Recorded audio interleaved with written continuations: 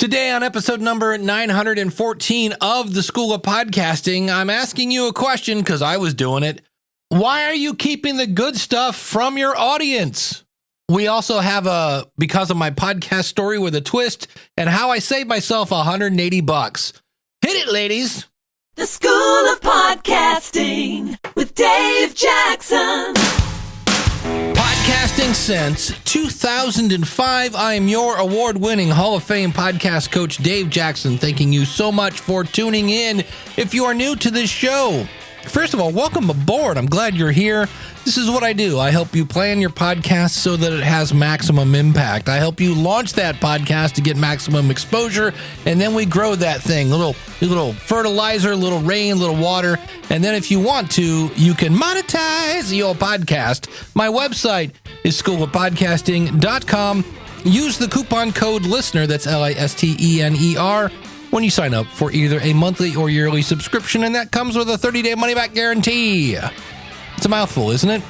And so I want to explain something I did this past couple weeks, and we all run into this. I'm here to tell you, if you're doing, first of all, I want to say this. This is going to sound like we're talking about monetization, and we're not.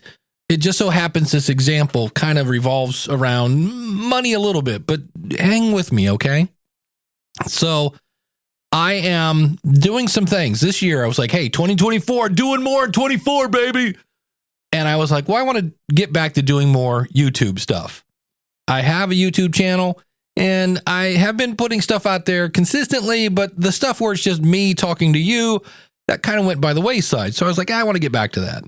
But I don't have as much time as I used to. So I want to figure out how to just look into a camera, talk, hit a couple buttons and be done.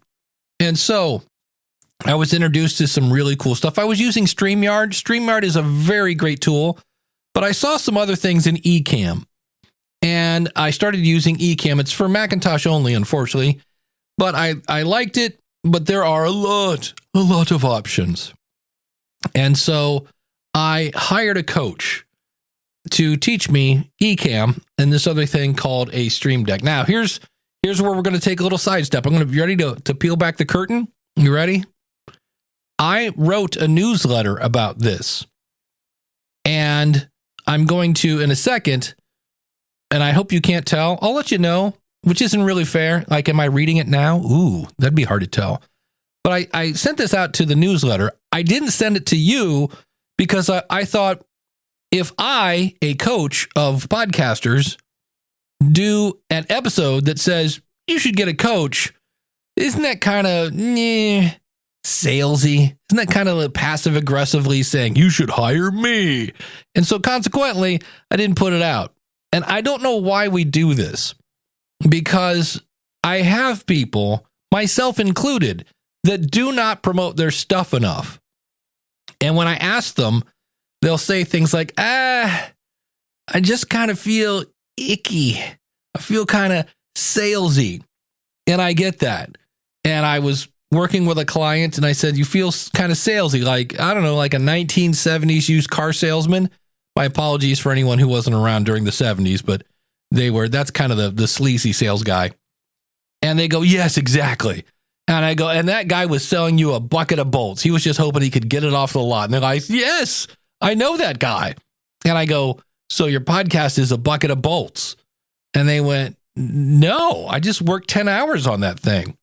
And I'm like, oh, and so what, your podcast helps people? And they're like, yes. And I go, so why are you stopping yourself from helping people? And the person looked at me and went, you're good. And I run into that. It's a mindset thing. And so I hired this person, and I saw where hooking up this thing called a Stream Deck. Now, this is about live. We're going to talk about video stuff, but the concept is the same. And so I'm planning on doing these videos, and I've had this little box with 32 buttons on it called a Stream Deck. And when you push this button, you can tell it kind of to do like, when I push this button, send a tweet. When I click this button, switch to this scene in the video. When I click this button, do the hokey pokey. When you click this button, you turn yourself around because, that's what it's all about. And so one night I stayed up till about 2 in the morning playing with this Stream Deck and coming up with new activities that I could tie to a button. And this is where you can probably identify with this. Do you have people in your family that are like, you are always on the computer?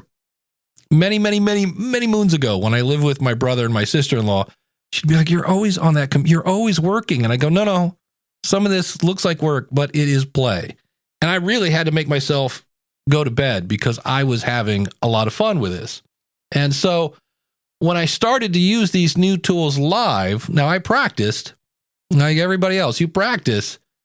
And you know how I always say the good ones make it look easy, whether it's Michael Jordan or Eddie Van Halen or, whoever. They make it look easy because they put the time in. And so it turns out this is true of live streaming. Live in general is a whole different beast. And if you're taking calls, I do a show called Ask the Podcast Coach where I take questions via chat and I actually, without a screener, let people jump into the video. And that could be kind of interesting because you have to be able to kick somebody to the curb when they're done because some people won't leave. I don't have that happen a lot, but you have to be ready to do that. And so I've been live streaming for years, but I've never done it with 32 buttons saying, click me, click me, click me. There are just endless options there. And when you're a little ADD or a lot ADD like me, what are my options? Because I was kind of a train wreck, not a total train wreck, but it was looking like, wow, you're a guy that hasn't done this a lot. Plus I was using Ecamm. And so new software, new options, things weren't going as fast. And I was kind of looking not horrible, but I was like, yeah, I want to look a little better at this. So you have two options, right? And you can pay in one of two currencies. You can pay in time or you can pay in money. And I always say, use the one you have the most of. Well, I was in a hurry. I was like, I want to get this YouTube stuff going. And one option was practice. That's free. All you need is time. And the other one was to hire a coach. And so I did. I purchased a membership to the Take One Academy. I have an affiliate link in the show notes for that. There's a guy named Alec Johnson, and I love the courses he has on Ecamm and Stream Deck. He's got a couple other things on YouTube. And here's the real value, though, because it's not cheap. It is not. We're talking hundreds of dollars a month. But I was like, if I'm going to spend the money on this, and I spend about an hour a night going through these really in-depth tutorials, I was like, okay, here's the real value, though. I was trying to set up a video shot where my face would be on the left-hand side of the screen and I would have a bullet point to the right. So I could say, like blah, blah, blah. And the words blah, blah, blah would come up to the screen on the right of my face. Well, not on my face, but to the right of my face. Now, the long story short, I was down a pretty deep rabbit hole trying to figure out how to do this with Ecamm. And I'm doing this and trying this and hitting the button and it's not working. Wait, what if I do this? Click, click, click, settings. Nope, not working. And then I thought, you know what? I bet Alec knows this. And he does group coaching. I do group coaching at the School of Podcasting. And group coaching was the next day. And so I asked the question in group coaching and he showed me how to do it. And when I say the next step that I was going to take was not close at all to the solution, I mean, this 5-minute call saved me hours of troubleshooting. I was going to go into Canva and make these little bullet points that would come floating on the screen. And it's like, no, he was just like, no, just make this little shape thing. And then you can put the bullet point over and it'll fly in. But I was like, oh, that's so much easier than what I was going to do. That's the value, because I was going to go down a rabbit hole and find out the hard way that where I was going was not where I should have been going. So yeah, his membership cost $199 a month.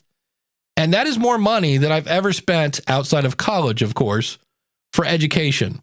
So, yep, I'm spending money, but I'm saving lots of time.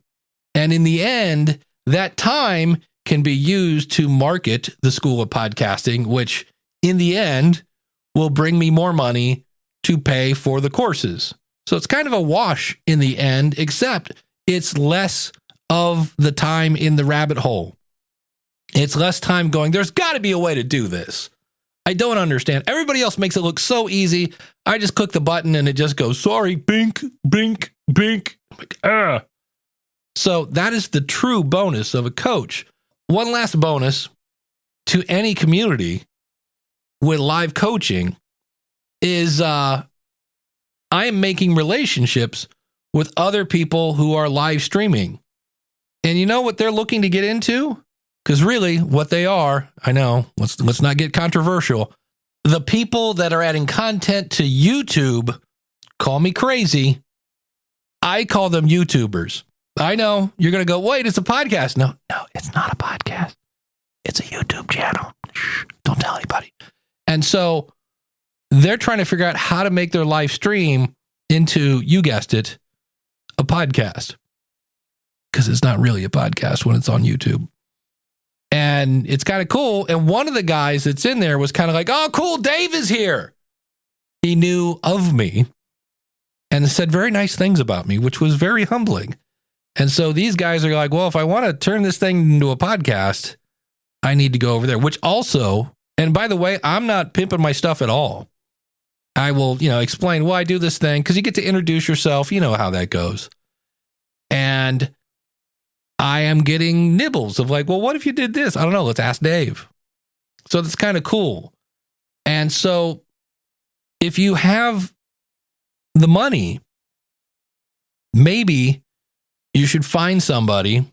And this is where in the last couple weeks I have been saying, be careful, because there are a lot of people out there going, I've been in radio since 1917. Well, radio is not podcasting. And that doesn't mean there are a lot of really good people that are in radio that have jumped over into the podcasting pool. But in the same way that a webmaster, somebody who really knows JavaScript and websites, yeah, that's kind of, content marketing, is not a podcaster. The same way that a podcaster who knows how to make content doesn't know how to build a website.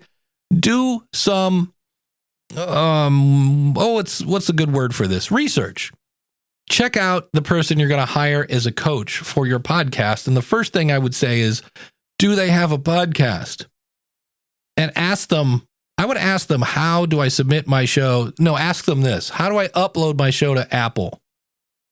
Because here's the thing. You don't upload your show to Apple. You link your feed to Apple, and then Apple is kind of a mirror of whatever's in your media host. Because I run into a lot of people who hire me, or in some cases at Libsyn, they will hire me to answer the question that they then relay to their client.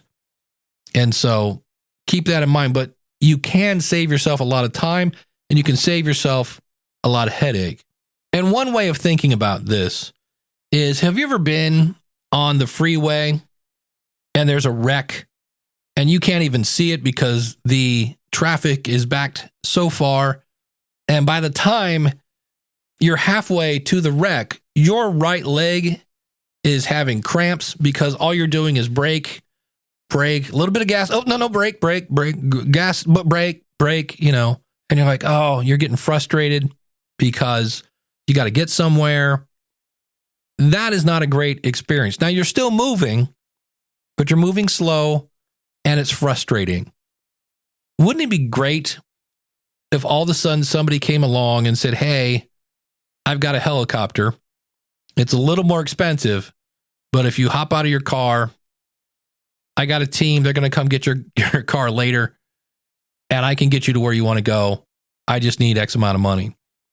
No headaches, no wanting to throw your computer out the window. Sometimes just the experience and the time saved is worth the money out of your pocket. Now, the reason, for the record, some of that was red. Hope you can't tell. And what was interesting about this is that is what I just said was what I was not going to say to you.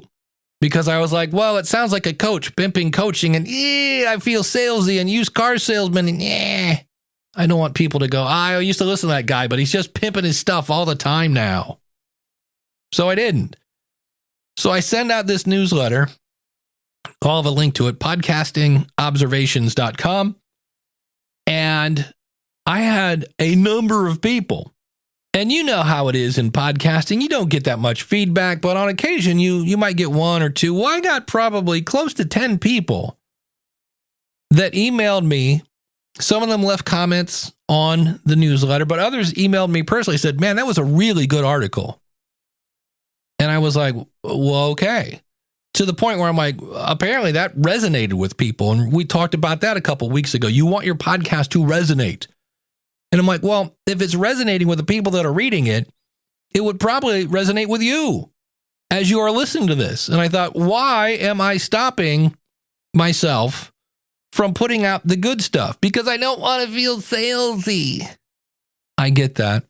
And so that's why I was like, well, I'm just going to put this out here because the newsletter people loved it.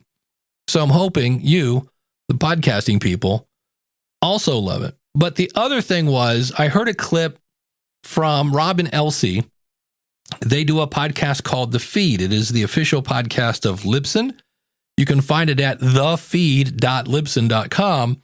Now, full disclosure, I am the head of podcaster education at Libsyn. But Rob was talking about how he occasionally will run into somebody and they're like, yeah, we did this interview and we're trying to cut it down to insert whatever time. Maybe it's 40 minutes. We're trying to cut the interview down to 40 minutes, but we interviewed them for an hour and we're trying to figure out how to squeeze it down. Well, when you do editing, you want to cut out the boring stuff. And usually the boring stuff is their story. I need to tell their story. So tell me where you lived and what was the name of your dog. And we really don't need it. And it doesn't add anything to the content. It's not a takeaway. And then for me, I was going to do an interview this week, and I noticed that a lot of times I give my guests a lot of background on the question.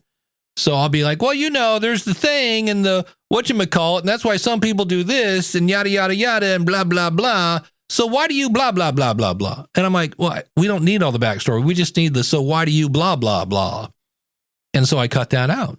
And if I ask somebody a question and I go, what do you think about this? And they go, well, back in the days, and they finally go, and that's why I think this. Well, that's the answer. So I cut out all the fluffy stuff.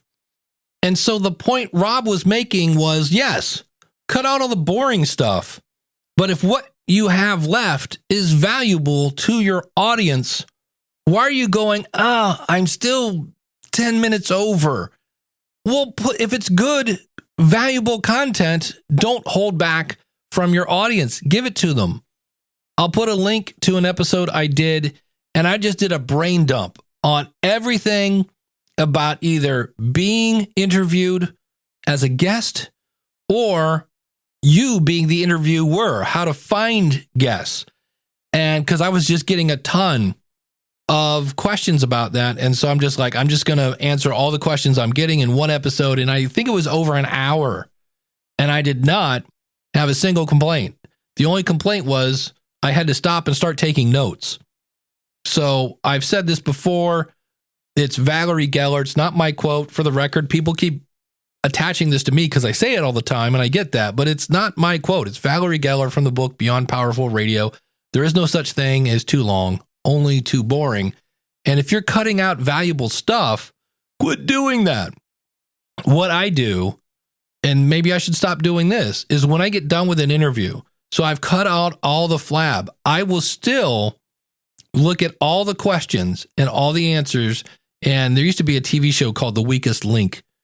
And I try to find the question that delivers the least amount of value, and I will cut that one. And maybe I need to stop doing that. But my thought was this way, only the cream of the crop get to you, my listeners. So if you're struggling with something, consider hiring one coach. Don't hire three, because one's going to tell you to go left, the other one's going to tell you to go right, and the other one's going to tell you to go straight. And for the love of God, don't go to Facebook. Facebook groups, while on one hand are great, and I answer a lot of questions in Facebook, but you can ask one question and get 27 different answers. I would suggest it's worth your time to hire a coach, whether it's me or somebody else, and get that one answer that person can watch you do, walk you through it, and then measure your success doing that step. When you go into Facebook, I think you come out sometimes more confused than when you walked in. So if you got the money, hire a coach. If you don't, practice, practice, practice, because that's how the good ones make it look easy. Welcome to Because of My Podcast, where we spotlight the results people are achieving because of their podcast.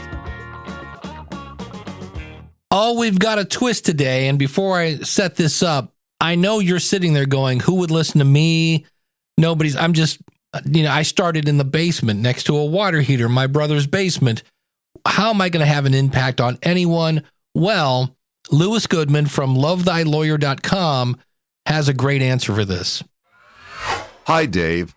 This is Lewis Goodman from the Love Thy Lawyer podcast, where we talk to attorneys about their lives and careers.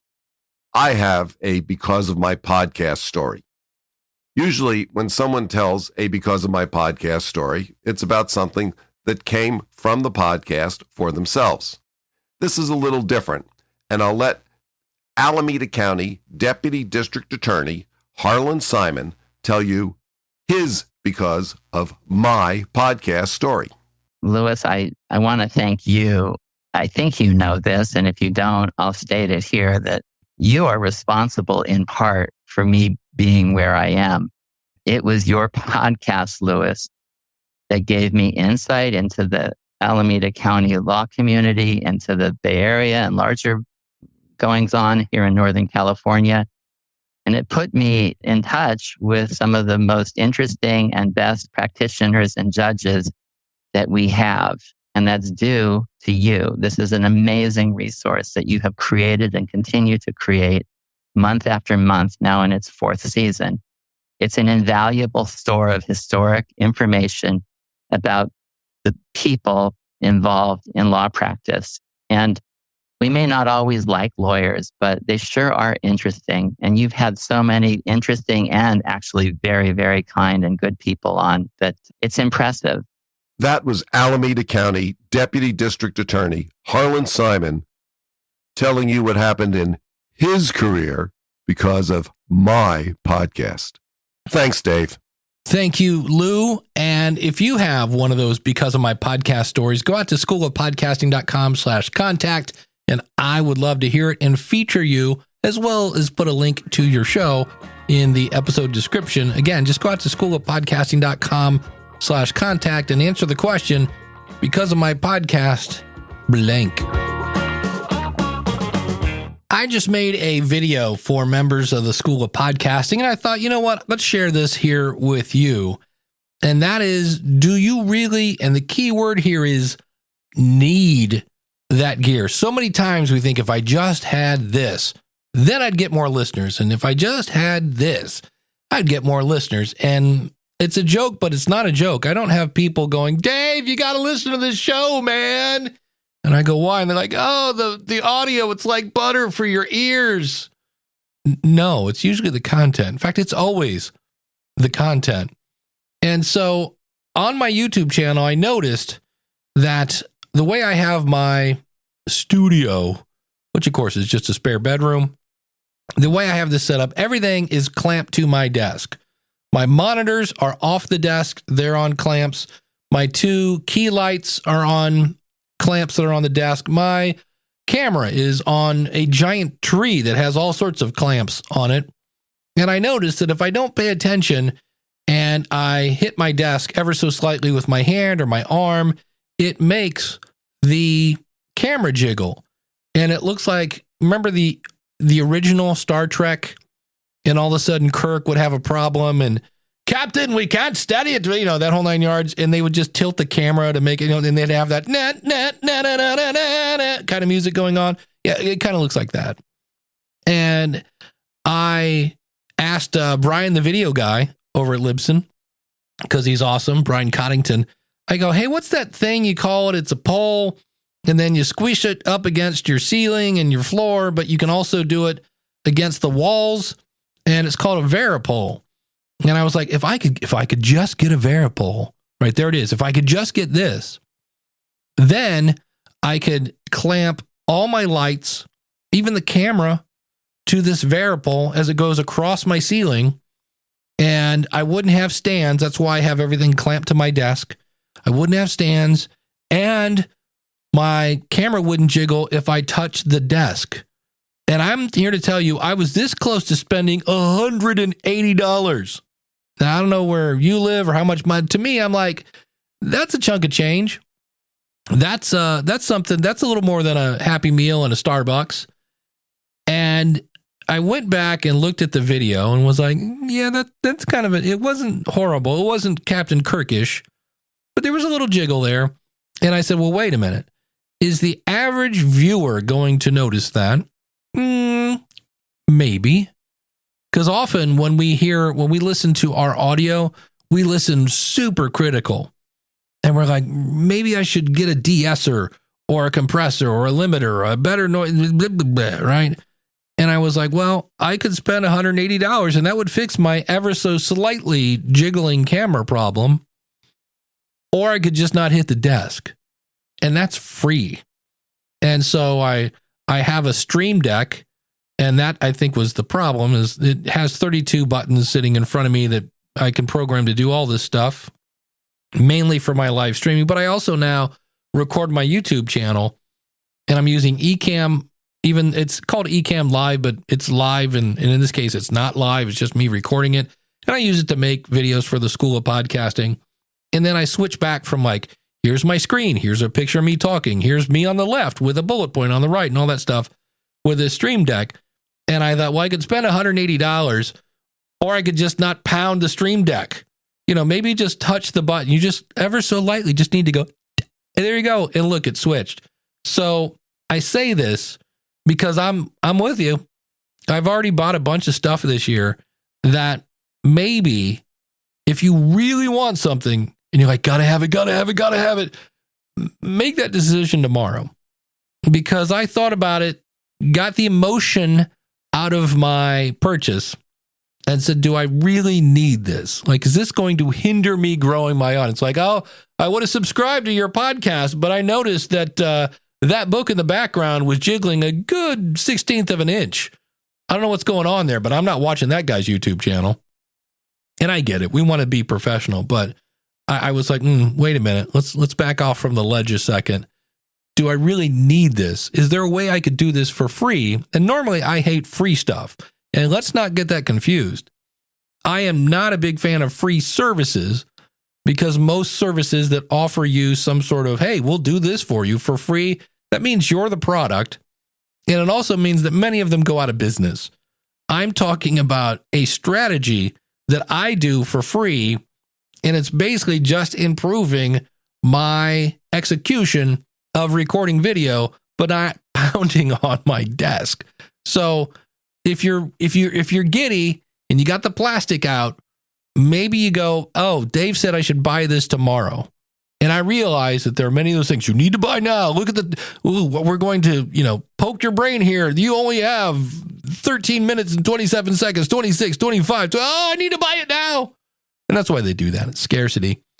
But I'm just here to say, I saved myself $180. And unless I got $180 to burn and light on fire, I don't really need a Varipole. But your mileage may vary depending on road and conditions. But I'm just here to tell you, you might want to breathe a little bit before you go blowing more money on gear thinking it's going to grow your audience. Because in many cases, it's not the gear. One more thing about feeling salesy. I had a friend of mine who had started a podcast. I'd known her about 6 months. And I said, how's the podcast going? And she said, it's going all right. I haven't got any speaking gigs. And I went, wait, you do speaking gigs? I've known you for half a year and I've listened to every episode and I never hear you mention it. And again, she said, I kind of feel salesy when I do that. All she had to do to let her audience know that she talks to high school kids is say, I was talking to a bunch of high school kids in the Bronx this week, and this young man came up to me and asked me a question, and I thought that'd be a good idea for a podcast, and that's what we're going to talk about today. There you go. Now your audience knows that you speak to high school kids. So you don't have to be this Sunday, to drop hints to your audience. You'll often hear me talk about how I was working with a client. Yeah, that kind of just clues you in that, oh, Dave's a coach. So you don't have to beat them over the head. Your audience is smart. They'll pick up on stuff like that.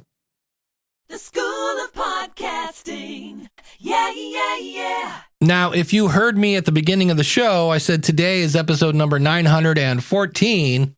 And if you're like, really? Well, you could go out to my website and go to the next and the next and the next and the next and the next. And then after that one, the next one. And you'll see all those episodes. Or you can just go to schoolofpodcasting.com/follow.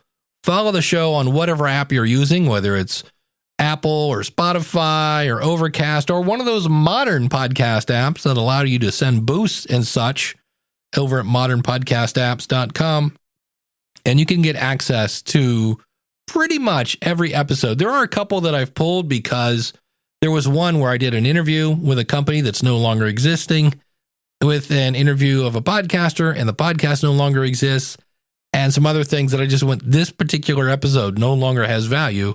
So I pulled it out of my feed, but you could get access to all of those by going to schoolofpodcasting.com/follow. That's going to do it for this episode. Again, if you're looking to plan, launch, grow, or monetize your podcast, go out to schoolofpodcasting.com/listener. Use the coupon code, you guessed it, listener. And in fact, check this out. If you go to schoolofpodcasting.com/listener, I've already put the coupon code in there for you. That does come with access to our step-by-step tutorials, our amazing community. I really do love our community. We've had a bunch of people join recently, and it's so much fun. And then we do have group coaching, but also if you're like, I'm not good with groups, it's one-on-one coaching with me as much as you want.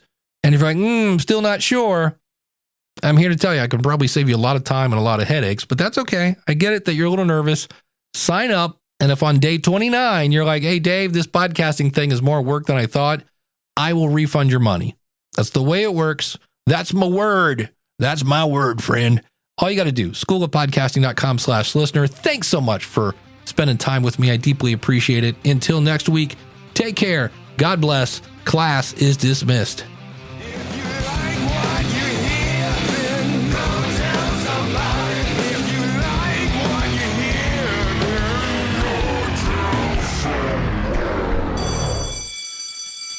So I cut out all the fluffy stuff, and I have no idea what I'm talking about. I seriously just lost my train of thought.